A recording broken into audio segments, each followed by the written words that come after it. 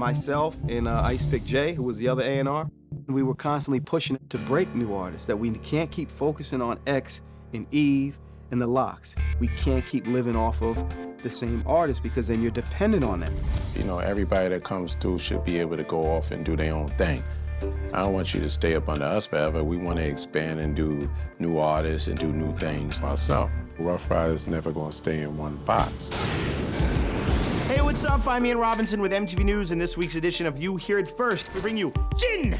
Some have called him the Asian American Eminem, but Jin wants to be seen on his own terms, and some say he's earned the right. You ain't a reggae artist, and I ain't hating on you. Stop lying, Miss Cleo is more Jamaican than you. First time I seen Jin was on BET Freestyle Fridays, and I was like, this Chinese kid is killing these dudes. I picked up my phone, I was like, Waah. I was like, I don't know if you're watching BET Freestyle Fridays, but there's this Asian kid on there. You should go get this kid, or at least look into him. Don't make me start rapping in Chinese on the microphone. Like Bado Pela, that means take your sorry butt home. Jim was just crushing him. He was definitely a dope artist, dope lyricist. He could freestyle on top of his head, say anything, and he's witty. So I reached out to him, told him, yo, you're gonna be a Ruff Ryder. So when you win this next championship on TV, you're gonna let them see you. The next move, let's do it right here. Whoa! Double up. So I took the risk to get him in the mix. And we worked on his album. It took us probably about 6 months to finish. Jin's much anticipated first album, The Rest is History, drops this March. I really don't know why that didn't work out. Maybe it was just bad marketing and they didn't know how to promote him properly. We was no longer with Interscope. That deal had expired. So we went over to Virgin, but the transition was off as far as the marketing team that was at Virgin Records along with our team. It just didn't click. I messed up with Jin so bad because I was always trying to come up with marketing things, and I came up with fortune cookies. Oh, I'll never forget. That was one of the times that I had to say, I am so sorry. But at the same time, it wasn't really just about Ruff Ryders. It was a whole setback for the music industry, period. On college campuses, Napster has become terrifyingly popular. Exchanging MP3 files between individuals cuts the labels and the artists completely out of the loop. Internet is a beast. They doing us a little dirty. It affected us tremendously because people was not buying CDs. The whole way the music business was being monetized was changing in front of our eyes. The music industry was crashing. The record industry estimates 2.6 billion copyrighted songs have been downloaded illegally since 1999, costing $700 million in lost music sales over the past 3 years. The industry used that opportunity to scale back these joint venture label deals that they had gotten themselves into. They had 15 major labels that went down to like 3 to 5 majors. They start firing everybody and getting rid of mad people anyway. So the whole system got downsized. Now there was a tremendous amount of pressure on Waah because if we're not continuing to pump out the music that we were, at the pace that we were pumping out music, budgets freeze up. Yet you still got 1 million people around us, and now they're looking at Waah. They're all looking to Waah. That's a difficult position to be in.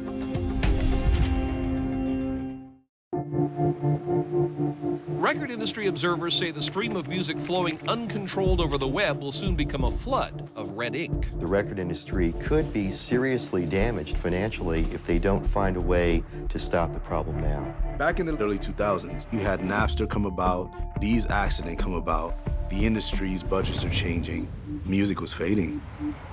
There was a need to find other avenues. So more emphasis was put onto the lifestyle brand. Came to Waah and I said, look, we've been going on tour for years, whether it's a Cash Money tour, Hard Knock tour. There's already a brand built around the motorcycle chapters in the motorcycle division. So I said, okay, we should expand on that, take that to a whole nother level. I built multiple businesses within the brand. thug workout. You don't go in the gym, you don't go in the knowledge, you work out with things that are in the hood, like old tires, milk crates, schoolyard, monkey bars. Canine unit or dog division, the guy that has all the top line game dog and pit bulls. Car division, the guy that comes through with the nice whips. The whole element of a hustler, the whole element of a thug was put into this lifestyle.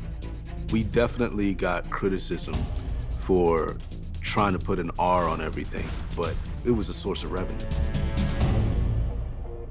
I was very concerned about the direction of what was going on with the company. Waah and I were not seeing eye to eye on how to go about expanding the business. Working with family, that was a lot. Like with Waah and the back and forth and sitting in the meetings and nobody's listening. And Siobhan definitely always felt like nobody appreciated her. The bonds were starting to drift apart. You'd rather just keep it moving instead of having all the beef, because we family first. At that point, I decided to leave.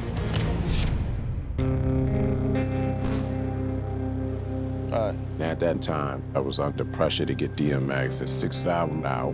When we thought about DMX, we knew that we had to do something special to try to get the sales back up and get the attention back on Ruff Ryders. It was just repositioning yourself back in the music business. So at that time, Def Jam clearly wasn't the same Def Jam that it once was. Leor took another opportunity. Then L.A. Reid was named chairman of Def Jam, and then he named Jay-Z as the president.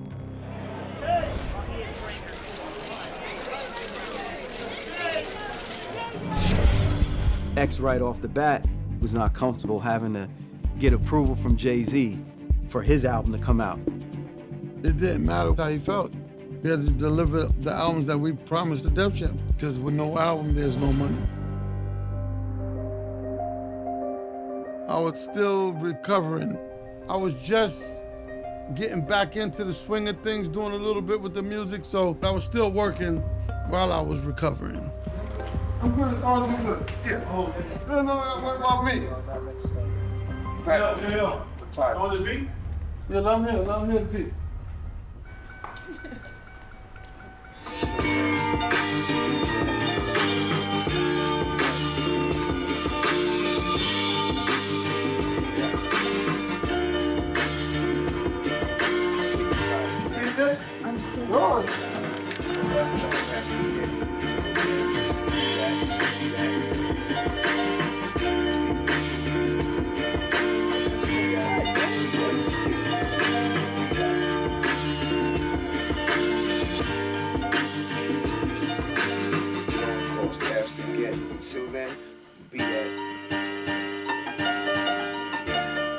That album was a make it or break it, so we had to try to focus and make sure that we had good singles, try to regenerate the crowd, to get our audience back. I'ma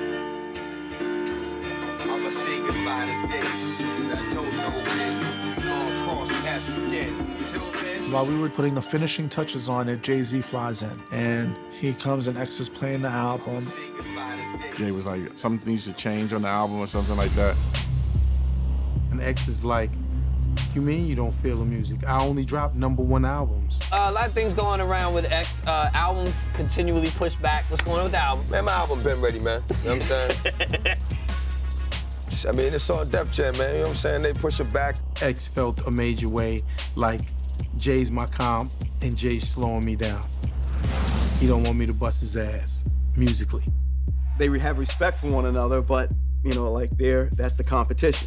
Even growing up from back in the days, starting in the game, battling one another. How do you listen to a whole album, pick a single, shoot a video, then don't know?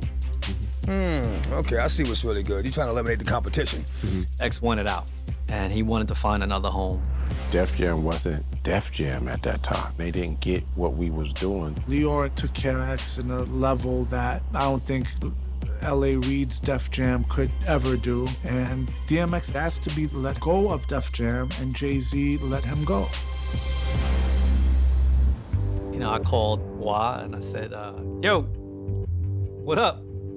I hear that, X might be available. And Waah says, yo, what can we do? Let's make it happen. I spoke to the heads at the label, You know, I said, listen, this is something dear to my heart. This is family. You know, I feel like he has it in him. He can do this again. And, you know, they co-signed it. I was more than excited to get back into the studio with X. Chad Elliott, super producer, executive. They basically said he had already had an album completed. I heard it. I felt like the production could have been better. So we did go back in and cut some new records with Swiss. And it just so happened that that year was the year of the dog on the Chinese calendar. And we decided to go with that as his album title. It's gonna bang. It's gonna do like all my other albums do. Right. I mean, debut at #1. I mean, platinum out the gate. You know how I do, man. DMX was the first artist to have 5 albums debut at #1. It's never been done before. And so when the 6th album came out and it didn't debut #1 and didn't do nearly as well as all the others, I can only imagine it was crushing for X. Although there was 1 or 2 really great songs on that album, it wasn't the DMX album that I think the world had been waiting for at that time. We got off, but we didn't get off, you know what I'm saying? Like we would normally do. So, I mean, what goes up must come down. When that didn't sell as well, it was disappointing. But what happened was, by that time, the next generation was coming in.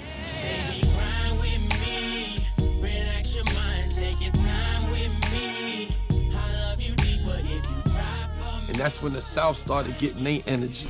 We didn't adapt to that. But we had that hard street feel. Best #1 album, imagine that. Cats are sick, the dog got his swagger back. The energy was changing. The issue in any business, if you don't reinvent, if you don't bring something new, if you don't have what's next, you'll start to decline.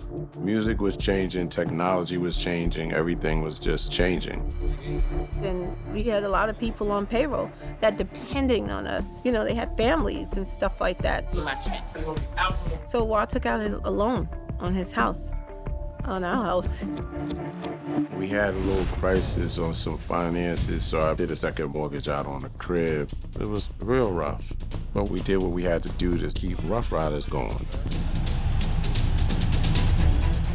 We never thought it would end. You know, we would just keep rolling out hits, music, new artists, and it would never end. I came on one day and just like everybody else, I got an envelope with my check in it with the letter that it was over.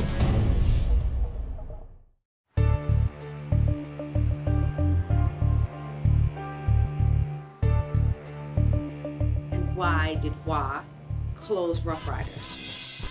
I don't ever think Waah closed Ruff Ryders. We might have downsized everybody, and of course we had to get rid of some of that overhead because we could no longer pay everybody. I never closed Ruff Ryders, I just fell back off of certain things. I just started focusing on the Ruff Ryder lifestyle members, making sure that, you know, their chapters and stuff was, you know, in good standards, things that was going well. But I kind of paused the music thing because I didn't have a major deal with anybody. It was a little difficult because if you have no music, you have no business. You sell no records, you don't gotta waste your time worrying about all the employees in the office because they can't get paid because you're not generating no money.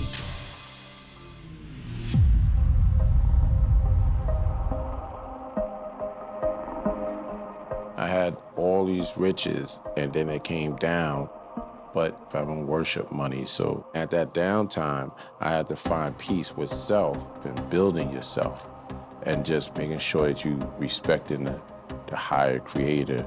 And I was in total submission into Allah.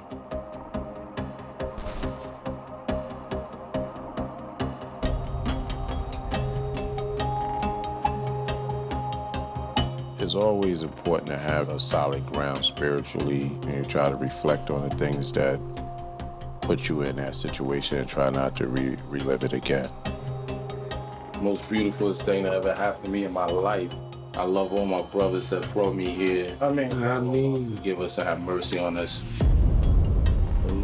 I was blessed to be able to have more time to enjoy the fundamental things, like taking my son to schools, going to their basketball games, being their coach, If I was really going super gun-ho and trying to keep up with the Joneses on the music industry side, I would have lost a lot of great moments in my kid's life, and I wouldn't sacrifice that for anything. Come to a lot, la yellow law.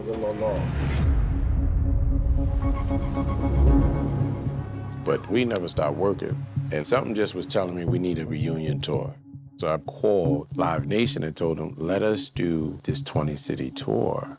They said, we're gonna let you do 3 shows. If you blow these 3 cities down, we're gonna give you a 20-city tour. So I'm like, all right, cool, we can knock it out. 1, 2, 1, 2.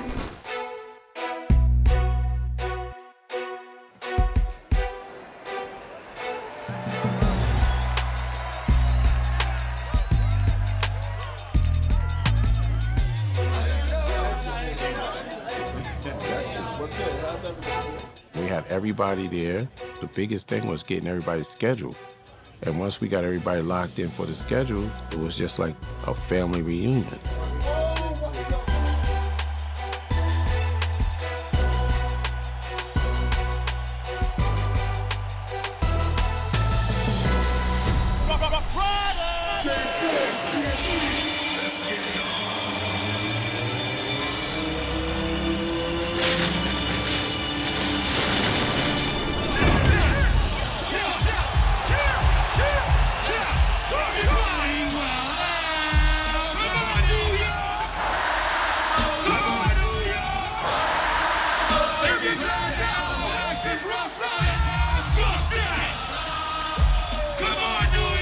I had mad fun doing the Ruff Ryders anniversary tour. It meant a lot just because wouldn't be here if it wasn't for Ruff Ryders.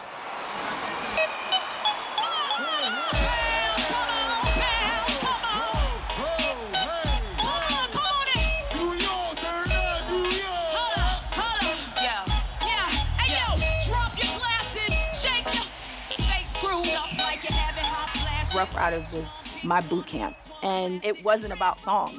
It was about, does she have the courage to be here? Is she gonna fight like us? There's a passion and an energy and a love that you have to have being with Ruff Ryders. And we just blew your mind. All right, y'all.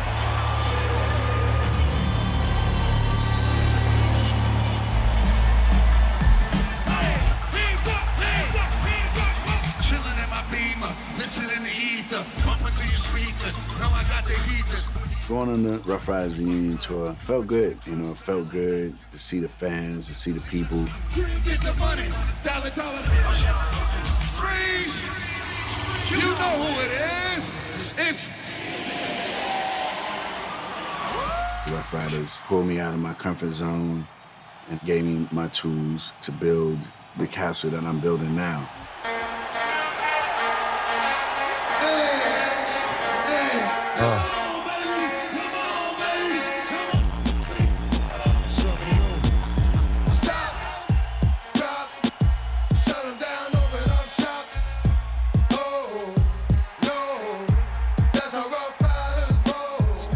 So we packed the 3 shows. Barclays Center, Foxwood Casino in Connecticut, and Atlantic City. But after that, boom, DMX get locked up for tax evasion. So now we freeze the tour. So, I mean, I don't get disappointed. I just say it's a setback to get set up for something greater.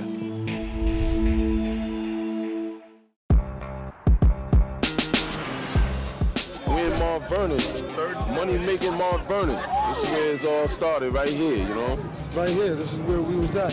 One of the spots right here on 3rd and 3rd. You know, Ruff Ryders has been a beautiful ride. I came straight from the streets into the music industry. We was coming to win. But it was really more about community. We always give back. And that just came with us all the way through the whole journey. Hey, told you I was gonna be here, right? You're me. Ruff Ryders was just 2 guys that was really from the block. They worked really, really hard to pull all this stuff together and came from nothing. We represent the street, you know what I'm saying? And we're gonna give back to our people. What I respect about Y&D is just some young brothers, grew up in the ghetto with a dream, and they made that shit into a reality.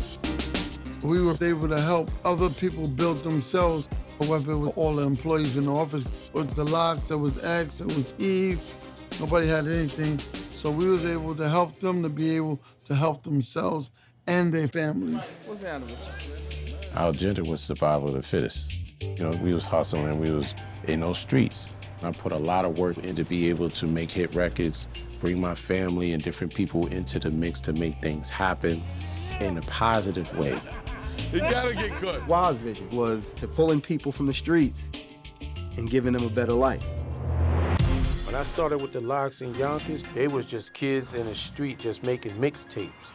We supported the Locks from the beginning to being entrepreneurs. D-Block's our label, is our brand. But they still know it was Ruff Ryder affiliated. They still know where we came from. We learned from Ruff Ryders. Eve was a girl from the streets of Philly. We gave her the platform to become a Hollywood star and an icon.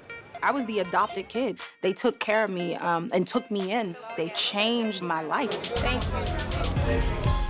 It was important for D and Waah to include their nephew, and as Swiss began to develop his style and his sound, it kind of became very easy to say, all right, this kid's got something special. You know, I went back to school to equip myself on the educational front, and I just always wanted to say from the Bronx to Harvard, anybody that's willing to take something from nothing and make it into something, that's a Ruff Ryder.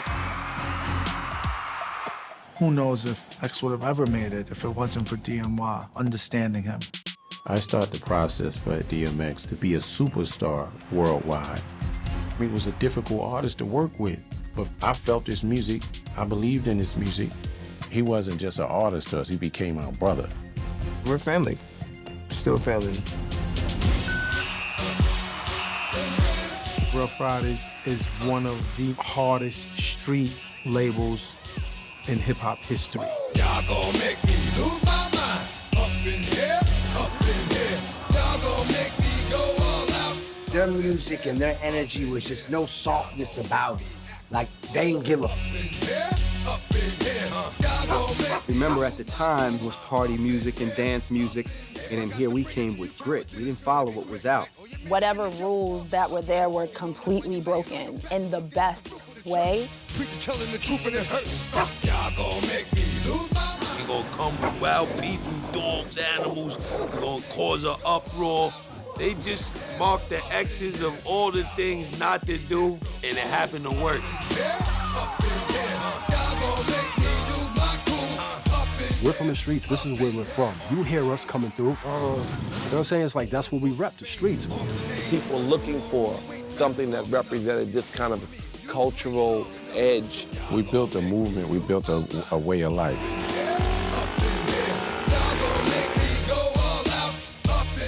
Ruff Ryders was life-changing.